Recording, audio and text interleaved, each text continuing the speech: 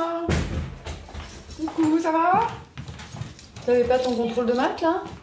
J'ai toujours vécu en ville et en appartement, donc j'ai jamais eu de jardin. Bon. C'est super facile en fait. Alors, pour compenser, sur le rebord de mes fenêtres, j'essaye de faire pousser des plantes. Attends, j'arrose mes plantes.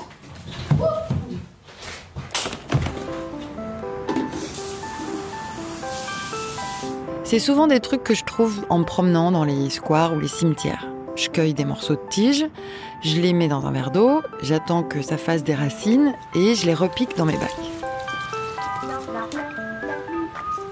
Je sais pas, il y a quelque chose là-dedans qui me met en joie. J'ai l'impression d'être dame nature, que je me connecte comme ça au monde végétal. Enfin, merde! C'est ce que j'aimais bien me raconter jusqu'à ce que, dans un de mes bacs, je décide de planter un arbre. Carrément. Un petit figuier qui s'est mis assez vite à tirer la gueule. Peut-être qu'il a pas assez d'oxygène. Il faut que j'aère le bac. Ses feuilles sont devenues toutes moches, toutes jaunes. Alors, j'ai essayé de mettre du compost, mais là, les feuilles sont toutes tombées, les unes après les autres. Et j'ai eu beau chercher des tutos sur Internet, pchiter des traitements pour la chlorose, la cochenille. C'est peut-être pas la cochenille, c'est peut-être des pucerons. Le petit figuier est juste en train de crever. C'est con parce qu'il avait commencé à faire des petites figues. Et moi, je me sens comme une poule devant un couteau. En temps normal, l'agonie de ce pauvre figuier, je m'en remets très facilement, je pense. Mais là, après avoir passé l'été à regarder les forêts partir en fumée, je me fais une montée d'angoisse. Parce que comment on va pouvoir faire face à l'urgence écologique avec des citadins comme moi, complètement analphabètes en matière d'espèces végétales, infoutus de savoir de quoi elles ont besoin pour pousser, comment elles fonctionnent exactement, ni même la plupart du temps comment elles s'appellent. Alors que c'est nous qui avons besoin d'elles pour vivre et respirer.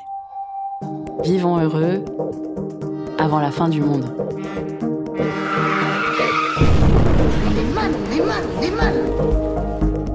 Un podcast anti-crise pour nous aider à repenser nos modes de vie. En ligne chaque mois, si on y arrive. Une proposition de Delphine Saltel, réalisée par Charlie Marcelet et produite par Arte Radio. Épisode 16, Vite, un jardin. Alors, on va pas se raconter d'histoire. Pour calmer ma montée d'angoisse estivale, je vais pas reprendre des études de botanique à la fac, ni tout plaquer pour me mettre à la permaculture en Ariège. Non. Plus modestement, j'ai décidé de me lancer dans un épisode sur les jardins. Pas pour apprendre des astuces techniques sur la taille des rosiers, mais pour réfléchir à ce que ça change dans la vie de tous les jours, d'avoir un petit lopin de terre près de chez soi et de s'en occuper. Qu'est-ce que ça fait concrètement au lien qu'on entretient avec la nature, à ce qu'on sait d'elle, ce qu'on en comprend, ce qu'on ressent?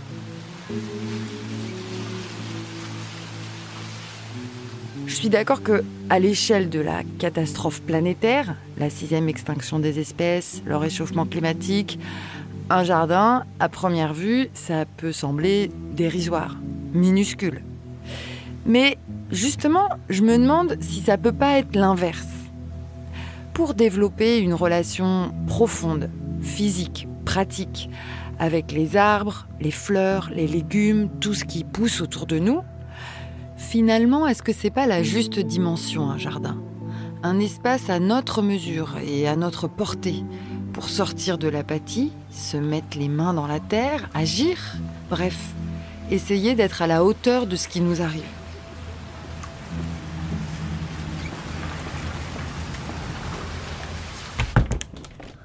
Et en SVT, j'étudie les feuilles. La leçon, c'est les nerfs. Quoi? Ça n'a pas de nerfs, une feuille. Non, mais tu sais, les trucs là. Les nervures. Oui, voilà, les nervures, c'est la même chose. Ah non. Et attends, on a fait une séance. À ton avis, il y a quoi dans une feuille? De la chair.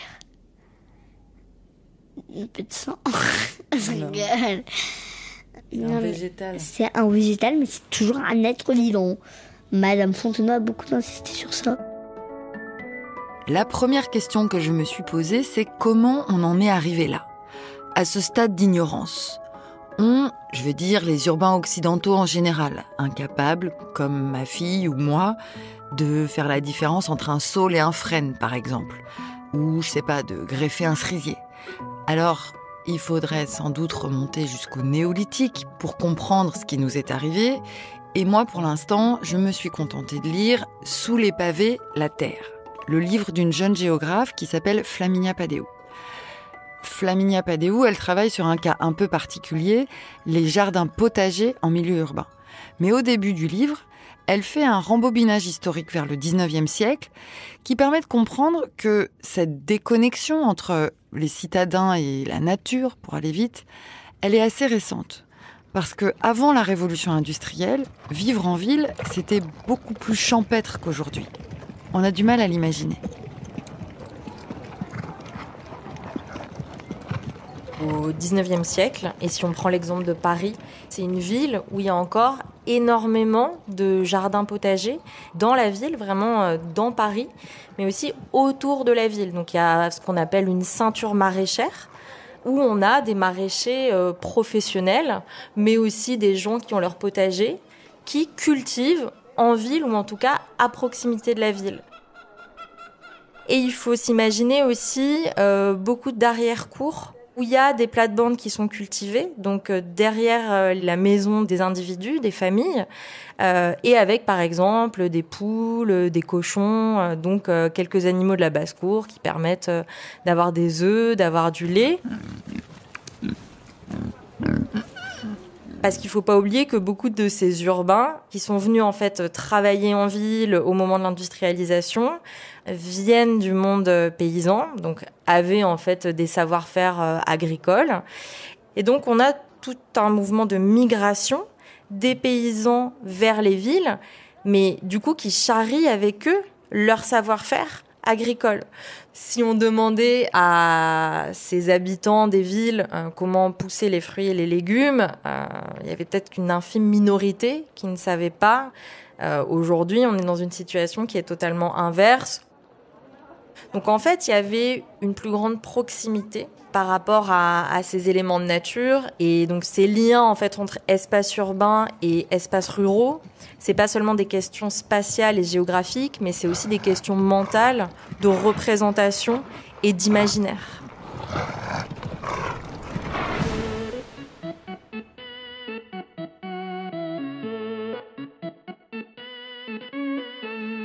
Alors, attention, c'est sûr que quand on s'enfonce chaque matin dans le métro pour aller tapoter toute la journée sur un clavier d'ordinateur, on peut avoir tendance à fantasmer total sur la ville que Flaminia Padéou vient de nous dépeindre.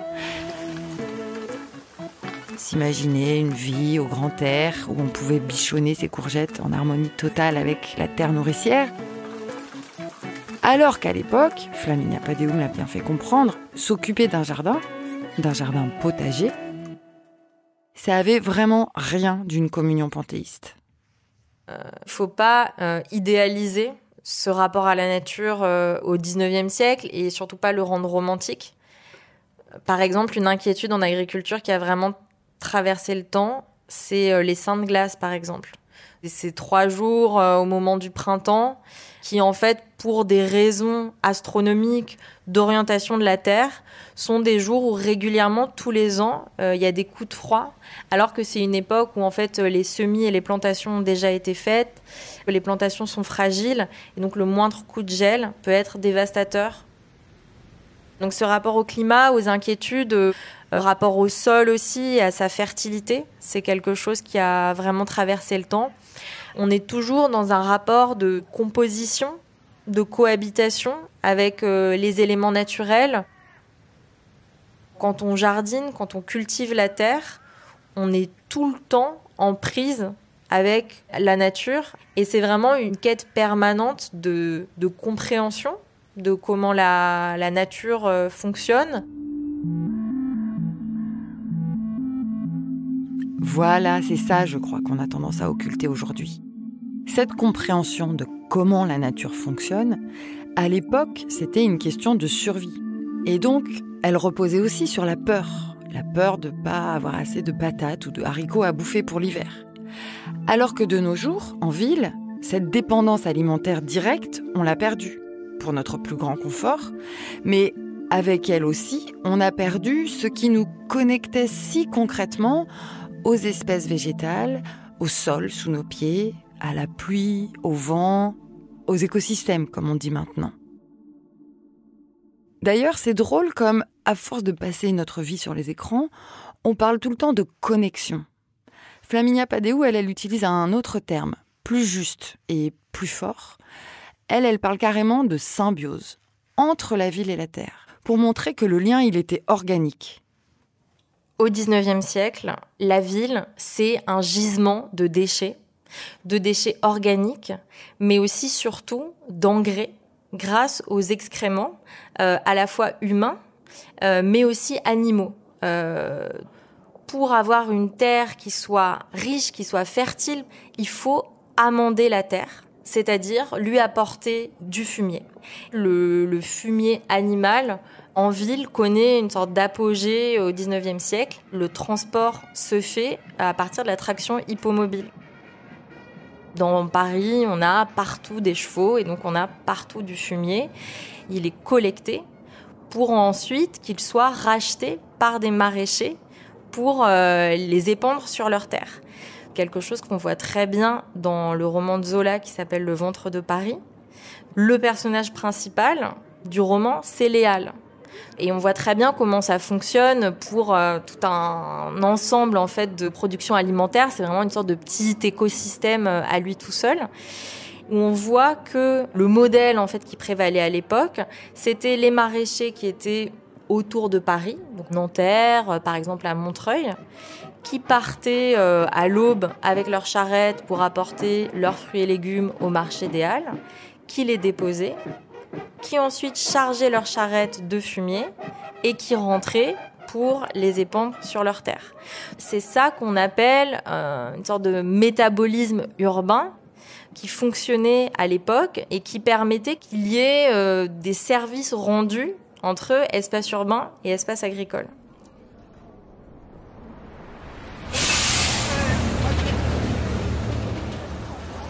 Ça fait rêver, non ? Cette histoire d'excréments en circuit court. Avec son côté « rien ne se perd, tout se transforme ». Ça a quand même plus d'allure que le petit bac à compost associatif au bout de ma rue, où on est 3 pelés et un tondu à venir vider nos épluchures. Ça, c'est tout frais, ça. Il y a des épluchures d'orange. Alors là, il y a des gens qui disent qu'il ne faut pas mettre d'agrumes, mais nous, on en met. Il paraît que c'est très bien. Il y a des pots de bananes, il y a des tiges de persil, il y a de la salade, il y a de l'oignon. À la fin, ça sent merveille, ça sent la forêt. Un samedi matin par mois, on organise une distribution gratuite de compost pour les habitants du quartier. Pardon, merci. Mais la plupart du temps, les gens nous passent devant, sans même nous calculer. Il y a des gens chez qui c'est très mal perçu. Il y a un monsieur, peut-être qu'on le verra passer. Moi, j'appelle le monsieur au petit chien. Il habite en face et quand il passe, il dit que ça pue, qu'il ne comprend pas que la mairie mette en place des choses comme ça, que ça ne faisait pas propre, que ça ne faisait pas entretenu. C'est sûr que c'est de la vie, c'est des choses qui sont... Enfin, la décomposition, ça fait partie aussi d'un cycle de vie. Est-ce que vous voulez du compost pour vos plantes ? Je comprends assez bien qu'on puisse nous prendre pour des bourgeois illuminés qui se racontent qu'ils vont sauver le monde en jouant à Mimi Cracra. Mais c'est beaucoup plus politique que ça en a l'air, ce qu'on fait là, avec nos pelures de légumes. Au fond, on essaye de colmater une rupture métabolique. Et c'est un concept de Karl Marx, la rupture métabolique. Oui.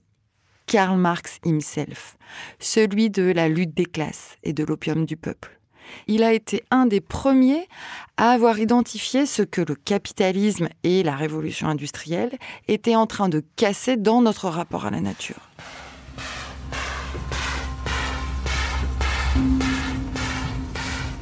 Petit à petit, il voit que les villes cessent d'être des gisements de déchets. Parce que les villes, justement, se transforment. Et donc, tous ces paysans qui arrivaient en ville et qui travaillaient à l'usine, il fallait bien qu'ils se logent.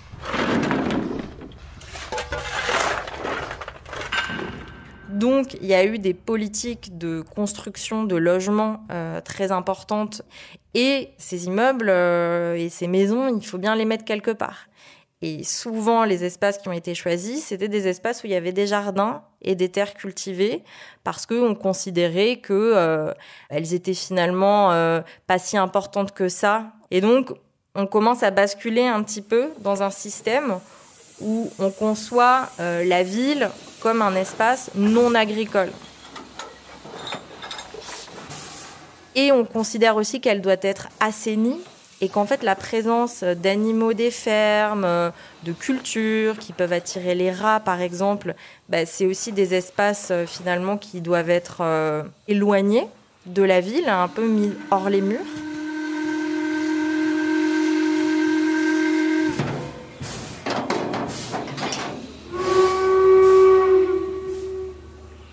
Les systèmes de transport se transforment aussi. Petit à petit, la traction hippomobile cesse pour être remplacée par exemple par des tramways et où en fait les approvisionnements en fumier se tarissent. On a aussi tout un engouement pour les engrais de synthèse et donc ça, c'est l'une des premières choses que Marx repère dans cette rupture métabolique.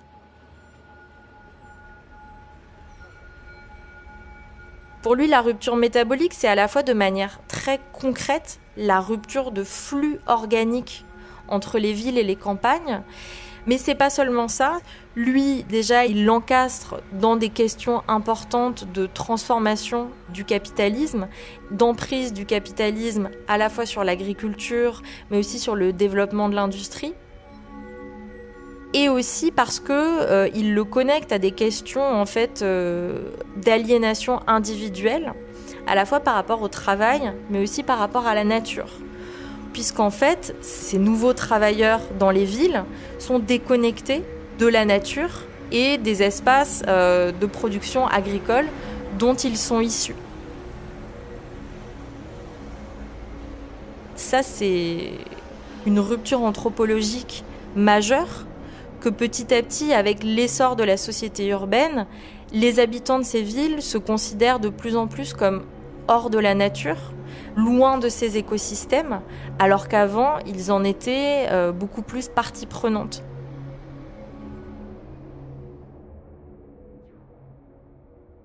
Il y a un mot qui me frappe dans ce que vient d'expliquer Flaminia Padeoula. Aliénation. Parce que je vois assez bien comment on peut être aliéné au travail ou en tant que femme, très bien même, mais l'aliénation dans le rapport à la nature, j'y avais jamais réfléchi. C'est pour ça qu'il est fort, ce concept marxiste de rupture métabolique. Il permet de prendre conscience que le peu de nature qui n'a pas disparu de la ville, les espaces verts, les jardins publics où on est tout content d'aller pique-niquer le dimanche dans l'herbe, faut pas se faire d'illusions, c'est pas la nature. Enfin, si, bien sûr, c'est la nature, mais c'est une nature qui a changé de nature. Dans l'hygiénisme, le rapport à la nature bascule. C'est pas seulement une transformation de ville contre nature, c'est une transformation de quelle est la nature qui est considérée comme acceptable et désirable en ville. Et c'est une nature de loisirs, c'est une nature très cadrée, c'est une nature qui est très esthétisée, comme les squares, comme les parcs, par rapport à une nature productive et agricole. C'est avant tout des espaces publics, de relations sociales, où on se montre. Si on prend l'exemple de Central Park à New York, cette idée de la promenade dans un espace vert. Donc les familles bourgeoises y vont le dimanche en habit, comme aller à l'opéra ou aller au théâtre. On recrée aussi des espaces de nature qui sont conformes à un certain imaginaire de la nature. On est vraiment dans une nature qui est extrêmement artificialisée, même si parfois elle paraît mimer un peu une sorte de désordre sauvage. Mais en fait, c'est fait d'allées, de ponts, des lampadaires. Voilà, c'est des espaces où il y a toute une ingénierie urbaine derrière. On retrouve un peu ça au But de Chaumont, par exemple, à Paris. On n'est pas du tout à l'époque dans des considérations liées à la biodiversité, à un rapport aux espèces locales. Et donc au 19e siècle, il y a aussi toute cette mode d'importer des espèces exotiques, japonaises, chinoises, tropicales, donc des espèces qui ne sont pas forcément adaptées au climat. C'est-à-dire qu'il y a un amenuisement d'un rapport frontal, d'un rapport local avec la nature.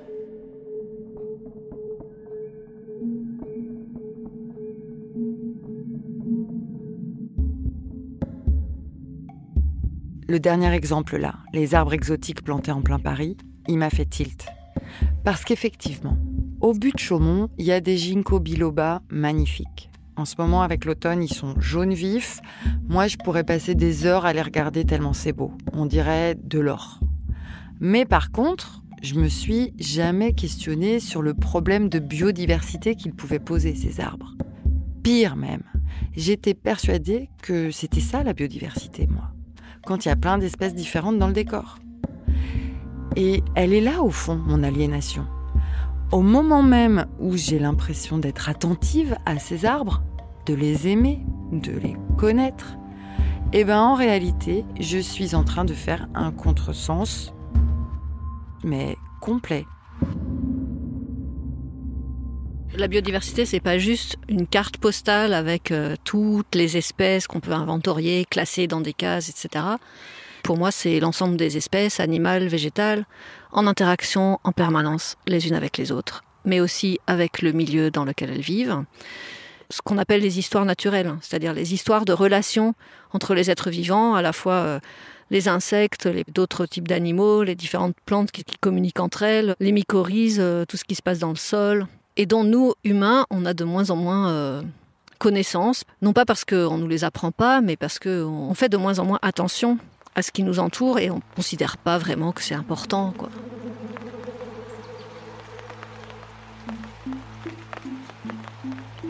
C'est Anne-Caroline Prévost, biologiste au Muséum d'Histoire Naturelle, qui m'a débunké comme ça sur la biodiversité. Et je pense qu'il y a quelque chose d'assez révélateur de notre rapport tronqué à la nature, dans cette tendance générale à appréhender le vivant comme un catalogue d'espèces, sans mesurer tout ce qui les relie les unes aux autres et les rend interdépendantes. Dit comme ça, c'est un peu abstrait, mais Anne-Caroline Prévost, elle a un super exemple pour nous le faire toucher du doigt.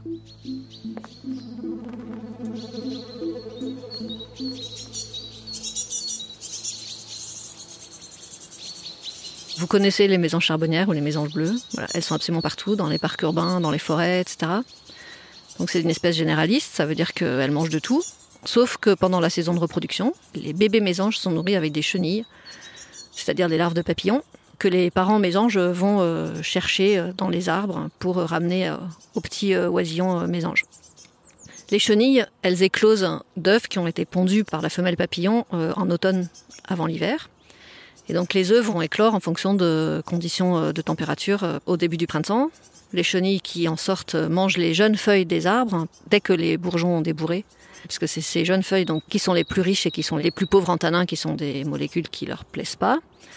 Et donc quand les rythmes sont bien calés, les bourgeons ont débourré à un certain moment, qui est compatible avec le moment où les œufs éclosent. Et donc les chenilles mangent les feuilles à leur bon stade de croissance. Et puis les bébés mésanges, ils ont 10 jours, et c'est à ce moment-là qu'il y a le pic de chenilles de la bonne taille, donc assez grosse et assez en grand nombre, pour que les femelles mésanges et les parents mésanges puissent élever 10 jeunes d'un coup, ce qui est énorme pour une toute petite espèce comme la mésange. Voilà, ça c'est un exemple d'histoire naturelle qui est finalement très commun, mais que je pense que personne connaît, alors que ça concerne des oiseaux qu'on voit tous les jours en hiver quand on met des graines. Et c'est là que ça devient politique, notre affaire. Parce que devinez ce qui se passe. Les 3 cycles, bien synchronisés comme il faut là, avec le réchauffement climatique, ils changent. Mais ils ne changent pas tous au même rythme. Donc, ils se détraquent et ça risque d'entraîner, par exemple, la disparition des mésanges. Voilà. Tant qu'on restera sourd et aveugle à ce genre d'interaction écosystémique qui existe pourtant partout, tout le temps autour de nous, on sera complètement à côté de la plaque. D'où l'importance du jardin.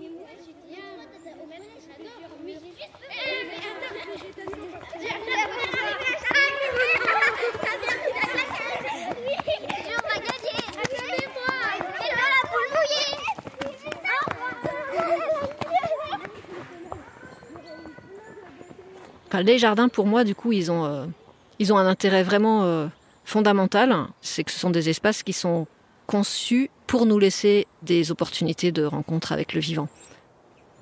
Après, c'est pour ça qu'il me paraît important d'expliciter les objectifs et le but qu'on veut se donner. Si c'est un but de développement personnel, le type de nature ou de jardin qu'on va mettre en place autour de nous, ce ne sera pas forcément le même que si l'objectif c'est de protéger la biodiversité ou si l'objectif c'est de réapprendre comment fonctionne le vivant non humain qui nous entoure. Pour se sentir bien en soi-même, finalement, un espace de nature avec très peu d'espèces et très jardiné, ça suffit. Et c'est très bien dans ces cas-là. Parce que si on veut réapprendre comment fonctionne ce vivant non humain, on a intérêt à avoir un jardin qui accueille un certain nombre d'espèces animales, végétales et micro-organismes en interaction les unes avec les autres.